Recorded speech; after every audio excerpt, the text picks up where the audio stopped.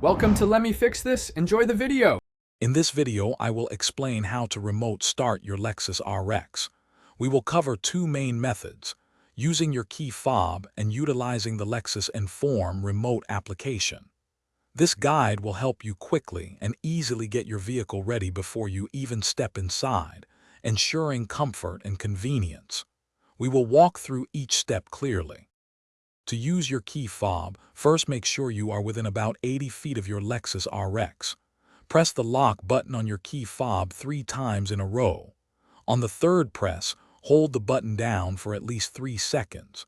You will see the hazard lights flash, indicating the engine has successfully started. This method is quick and straightforward. For smartphone control, download and log into the Lexus Inform remote application. Ensure your vehicle is properly enrolled in the service. Once logged in, simply select the Engine Start option within the app. You might need to confirm the command with a PIN. This provides convenient control from virtually any distance. Remember, all doors must be closed and locked for remote start to function. The engine will typically run for 10 minutes before automatically shutting off.